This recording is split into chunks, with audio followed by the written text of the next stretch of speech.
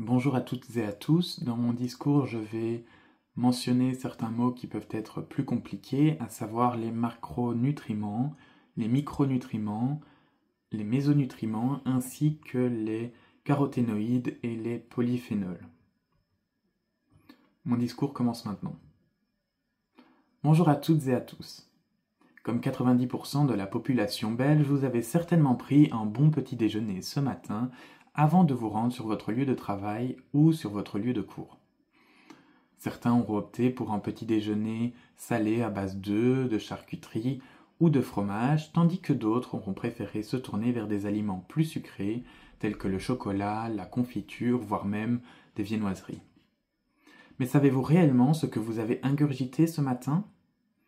En avalant tous ces aliments, vous avez fourni à votre corps les nutriments nécessaires à son bon fonctionnement. Mais que sont réellement les nutriments ? Ce sont des molécules qui sont issues de l'alimentation et qui sont majoritairement fabriquées lors du processus de digestion. Ils répondent aux différents besoins physiologiques du corps et assurent l'apport énergétique ainsi que l'entretien tissulaire. On distingue trois grandes familles de nutriments. Les macronutriments, les micronutriments et les mésonutriments. Premièrement donc, les macronutriments.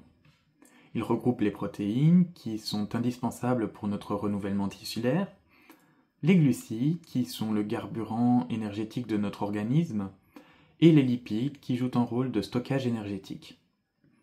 À eux trois, ils constituent la base de notre alimentation. Ce sont eux qui fournissent à l'organisme l'énergie dont il a besoin pour fonctionner correctement.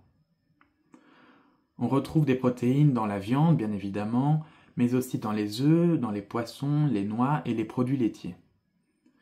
Ensuite, on retrouve des glucides dans tous les aliments sucrés tels que le chocolat, les fruits, les pâtisseries, mais aussi dans les produits laitiers et dans les produits céréaliers et les légumineuses.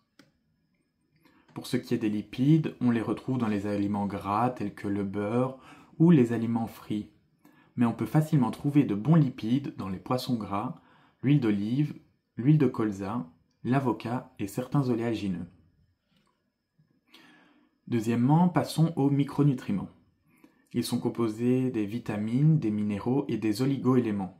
Ce sont des nutriments que l'organisme n'arrive pas à synthétiser, mais qui sont indispensables au bon fonctionnement de notre corps.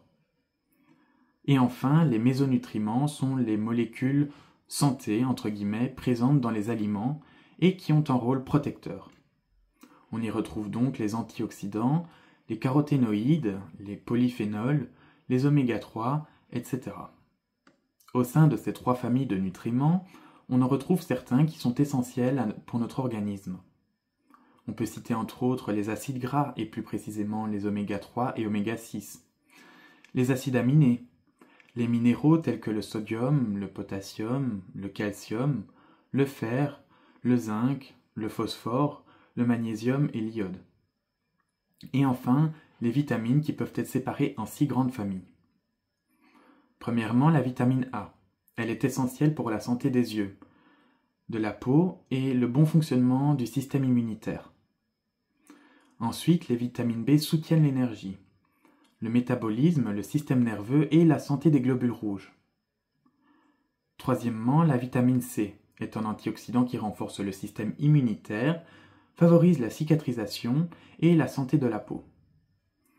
Quatrièmement, la vitamine D est cruciale pour la santé osseuse, la régulation du calcium et le système immunitaire. Cinquièmement, la vitamine E. Elle est un antioxydant qui protège les cellules et soutient la santé de la peau et du cœur. Et finalement, la vitamine K, qui est importante pour la coagulation sanguine et la santé osseuse. En conclusion, il est important d'avoir une alimentation variée pour fournir à votre corps tous les nutriments dont il a besoin, en prenant attention à ne pas tomber non plus dans les excès. Vous l'aurez compris, ce matin, vous n'avez donc pas seulement mangé une tartine avec du fromage ou un pain au chocolat, mais bien une multitude de nutriments qui ont permis à votre corps de fonctionner pleinement et que vous puissiez écouter mon discours attentivement jusqu'à la fin. Merci.